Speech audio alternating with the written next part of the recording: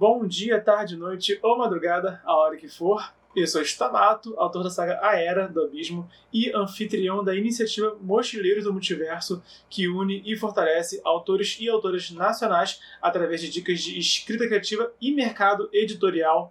Hoje eu vou falar da personagem Andila, Dente de Ferro, do livro Inimigo do Mundo, do Leonel Caldela. Ele tá aqui, mas eu acho que não dá pra ver muito bem. Mas a minha fonte de pesquisa maior é esse livrão aqui. Guia da trilogia do Caldela de Tormenta. Por acaso, a Andila tá aqui na contracapa, então é fácil de mostrar. Ela é essa Bárbara aqui, ao lado do Gregor, que é o Paladino. E eu acho que ela é muito interessante, tanto por quem ela é, mas também pela função que ela tem na narrativa do Caldela, do primeiro livro dele. Então esse conteúdo aqui é tanto para quem quer conhecer mais a fundo essa heroína desse livro, para quem quer conhecer mais de Tormenta, e para quem também para quem quer também escrever e criar personagens mais autênticos, mais originais. A gente acha muito útil analisar de forma aprofundada as criações que vieram antes da gente, para a gente ter mais ideias e trabalhar melhor também. Então, vou falar aqui da aparência, do comportamento, da motivação, do histórico e do diferencial da Andila, Dente de Ferro, começando agora. A aparência dela é basicamente uma amazona em trajes sumários.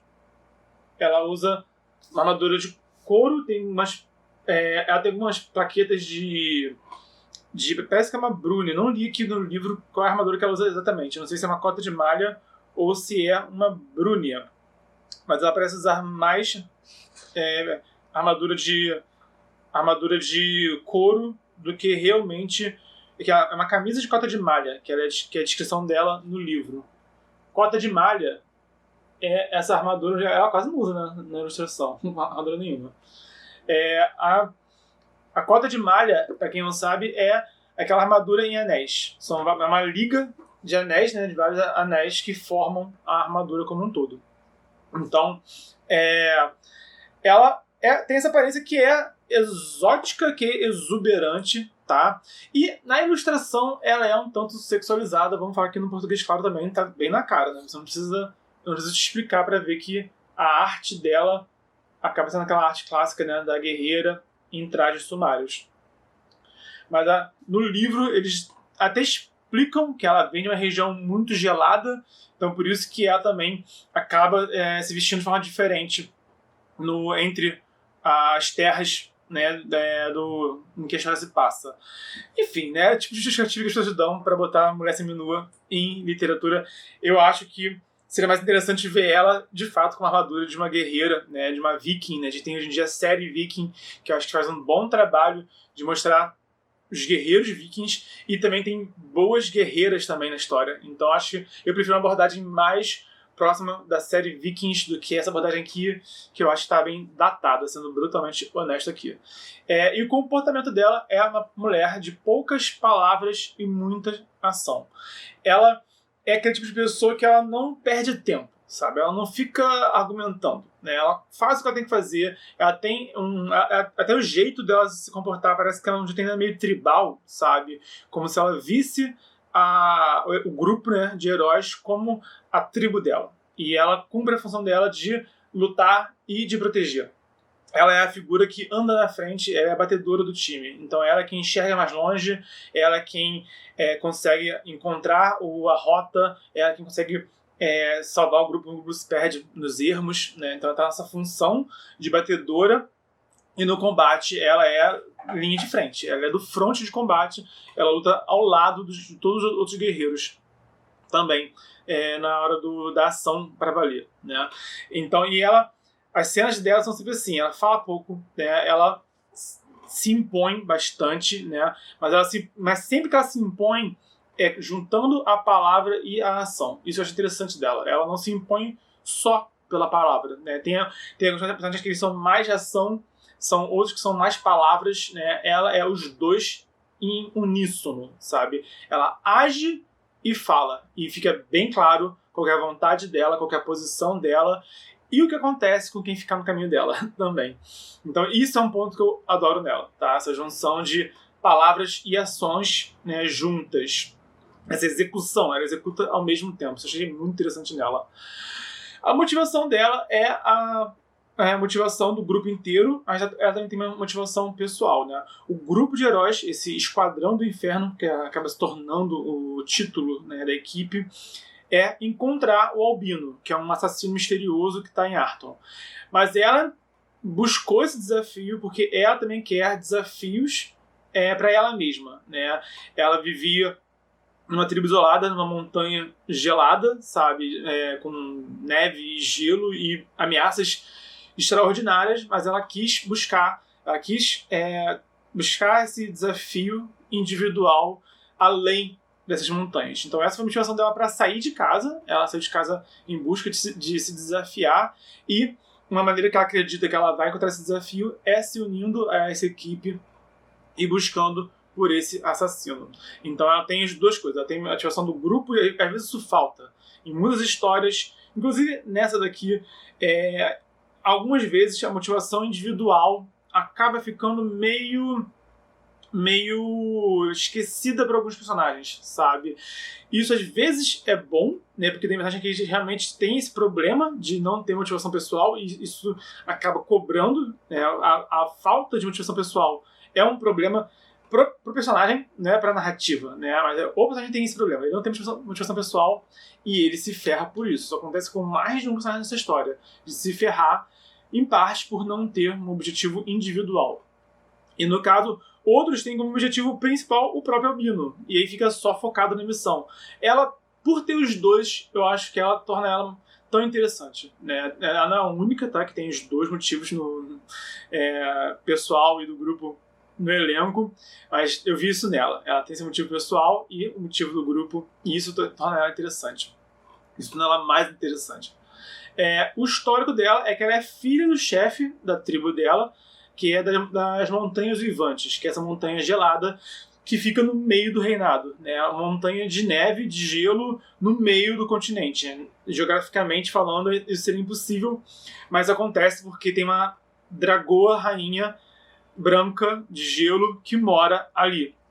Então a presença dessa dragoa é o que torna essa montanha gélida, mesmo num lugar que seria impossível que isso acontecer no sentido real, né, da geografia do nosso mundo em comparação. Enfim, ela vem dessa montanha Uivantes, das Montanhas Uivantes, e ela tem esse nome, Dente de Ferro, porque ela matou uma raposa na base da dentada. E na verdade, o nome dela era Dente de Ferro. Esse era o nome dela, né? O Valen, que é o líder do grupo, esse cara aqui, tá fazendo reflexo aqui na luz. Aqui eu consigo. O Valen deu o nome dela de Andila. Seria um nome assim mais compreensível, né, para os povos, né, que nós chamamos de civilizados, né, que fazem parte do reinado, que são integrados ao reinado. Então ela ganhou esse título dela também por mérito. Isso é um ponto interessante dela também. O que ela faz, o que ela é o que ela conquistou de alguma forma. Isso é muito interessante nela. E, por fim, o diferencial dela é que ela é uma selvagem sem ser burra. Tá? Ela é selvagem no sentido dos costumes dela, no sentido até do o conhecimento dela é um conhecimento dos povos selvagens, tá? Ela luta de forma feroz, tá? Ela luta com selvageria, mas ela não é a figura assim ignorante, tá? Ela não é aquela pessoa que não entende como o mundo funciona. Ela já aprendeu a andar pelo mundo, né, do civilizado. Ela já aprendeu a andar aqui, sabe? Mas ela lida com esse mundo que se diz civilizado do jeito dela, tá? Então ela também não é burra. Ela também não é ignorante, sabe? Ela não demonstra falta de conhecimento, ela não demonstra dificuldade de compreender algo novo, né? Pelo contrário. Então, isso que ela faz muito bem, né? Não só com a Andila, né? Mas com outros personagens que teriam esse arquétipo, né, mais selvagem, né, eles nunca são apenas o burro do grupo, né? O Cadela não tem ninguém que o Cadela acho que não tem esse personagem, assim, em todos os livros dele, não tem ninguém que é burro, né? Ele às vezes tem algum personagem que está aprendendo algo novo. Nesse livro aqui, o Masato Kodai seria esse cara que está conhecendo é um mundo novo agora, né? A Andila, na verdade, nesse livro aqui, né, no Inimigo do Mundo, alguns personagens são de terras distantes, né? Não só a Andila. O Masato é um samurai que vem de uma ilha que fica próxima ao continente, e tem também o Artorius, que vem do reino dos Minotauros, que fica no outro lado, no outro extremo, né? E a Andila vem do meio, basicamente. Mas só que o Artorius, que é esse Minotauro, e a Andila, que é a Bárbara, eles já estão acostumados com esse mundo, né, do reinado, né? O Masato não. O Masato, ele realmente está aprendendo ainda os costumes, as tradições, o modo de vida, né, que não se encaixa com ele, porque ele é uma autoridade, né, nesse império de Tamurá. Lá ele é autoridade, né? Aqui ele vê que muitas vezes isso não quer dizer nada, né? E o que o conceito de autoridade muda, né? Enquanto a Andila pelo contrário, né? A autoridade para ela não é nada, né? O fato dela ser filha do líder não é nada, né? Ela não dá pra perceber isso, né? Uma noção diferente de autoridade, né? Para o Masato Kodai, autoridade tem a ver também com obediência, com subserviência, né? Se eu tenho autoridade, então vocês têm que ceder para mim, né? E a Andila, momento nenhum tem isso, momento nenhum, né? Tudo que ela faz por ela mesma, né? Mesmo que ela sendo a filha de um líder, né? De uma tribo. Então é interessante ver esses contrastes, tá? Ela faz mais contraste com o Artorius, que é esse Minotauro, que eu vou falar aqui em um vídeo futuro. Mas o lance é que o Artorius e a Andila são os dois braços fortes do time. São os dois brucutus, né? São os dois musculosos do time. São os dois que que carregam armas pesadas, né? Enquanto os outros, por mais que sejam até guerreiros, não tem essa imagética, né, de serem os brutamontes, né, por assim dizer, do time. E eles não são nem um pouco arquetípicos, né? Eles usam arquétipos, é lógico, a Andila usa o arquétipo da Bárbara, né?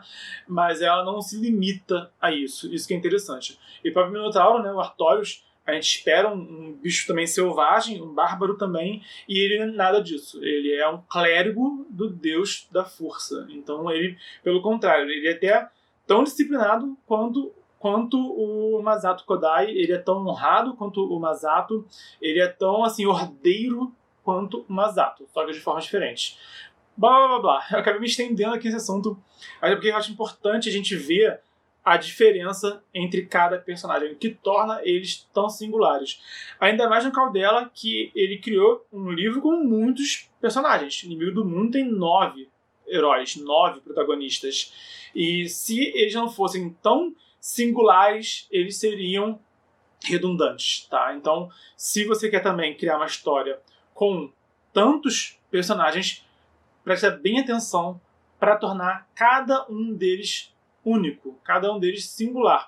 Porque acaba sendo inevitável que eles tenham atributos parecidos. Como eu falei, o Masato e o Artorius são ambos figuras de terras distantes e são pessoas honradas, né, e são algum tipo de autoridade de onde eles vêm, né. Por outro lado, a Andila e o Artorius são os dois guerreiros de carga pesada, são os dois guerreiros de fronte de combate, são os dois guerreiros com armas de 2 mãos, são os dois guerreiros que vão assim partir para o combate com mais ímpeto do que os outros, com mais ferocidade, de forma mais voraz do que os outros. E eles, por outro lado, são bem diferentes, né? O Artorius é a figura da ordem e da civilização, sabe? Enquanto a Andila é a figura da selvageria, da ferocidade, tá bom? Enfim, então isso eu acho tão interessante na Andila. Eu não vou falar o que ela faz de tão relevante assim pra história, porque seria um spoiler, né? Então eu evito ao máximo dar spoiler em todos os meus vídeos. Se eu dou um spoiler, eu tento não comprometer a história, sabe? Sei lá, tipo, acontece algo chocante no primeiro capítulo. Bom, no primeiro capítulo, né? Então ainda não é realmente aquele plot twist que não pode revelar. Então, enfim, não vou ficar entregando aqui a história inteira, mas essa é a minha análise da personagem Andila. Essa guerreira que vem da terra distante, que enxerga o time como parte da tribo dela, né, como uma nova tribo, talvez, tá? E que sempre mescla as ações e as palavras. A atitude dela está sempre em uníssono com o que ela fala, como ela se posiciona, com as ações e as atitudes dela, tá? E ela consegue ser, sim, um arquétipo da selvageria, sem ser burra, sem ser ignorante. Isso que eu achei fascinante nessa personagem. E comenta aqui embaixo quem é outro herói, tá? Ou heroína que tem essa questão de ser selvagem sem ser burro.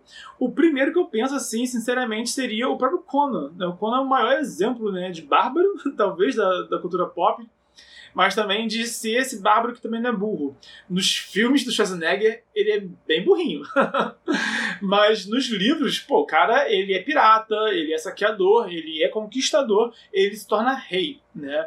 Então, nos livros do Conan, por exemplo, em guerra, ele é um líder de guerra excelente, tá? Então, o Conan é exatamente... Isso é a questão até da Pulp Fiction, né? Da época do Conan. Naquela época foi uma era de heróis idealizados, né? Todos os homens eram sempre fortes e inteligentes e bonitões, né? Isso é uma coisa do Conan. E de todos eles, né? Quem eu vejo que hoje em dia ainda tá assim na moda, né? Que ainda não caiu em esquecimento, né? É o Conan, né? E também o Tarzan. O Tarzan e o Conan, os dois vêm dessa época. E os dois têm essa questão, né? Do homem superando a selvageria de alguma forma. No caso do Conan, ele lutando e prosperando em um mundo extremamente hostil, e o Tarzan, né, vindo da selva, né? Ele é o selvagem que superou a selvageria e se tornou o rei, né, da selva. Então você vê que tem esse arquétipo bem comum neles. Difícil falar qual que eu realmente prefiro, mas o mais icônico é o Conan. Então, comenta aqui embaixo outros personagens que também têm essa questão de serem selvagens sem serem burros, pra gente conhecer também mais facetas desse arquétipo. E se você gostou do conteúdo, dá o like, se inscreve, ativa o sininho. Se quiser mais conteúdo como esse, enrolei. Se você gostou do conteúdo, dá o like. Se quiser mais conteúdo como esse, se inscreve e ativa o sininho. Se conhece alguém que pode se interessar por esse conteúdo, envia também na rede social. E lembrando que estamos no desafio 366 dias de escrita, vídeo de mercado editorial, escrita criativa e cultura pop, quase todo dia de 2020. Então, até amanhã.